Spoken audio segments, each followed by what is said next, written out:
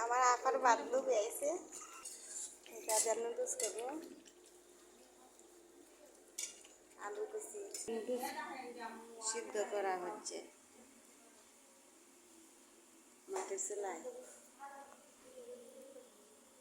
এদিকে আবার ডাল পুরি করা হচ্ছে গ্যাসের চুলায়। সমোসা ডাল পুরি আবার রসুন হচ্ছে ডান্টের চুলায়।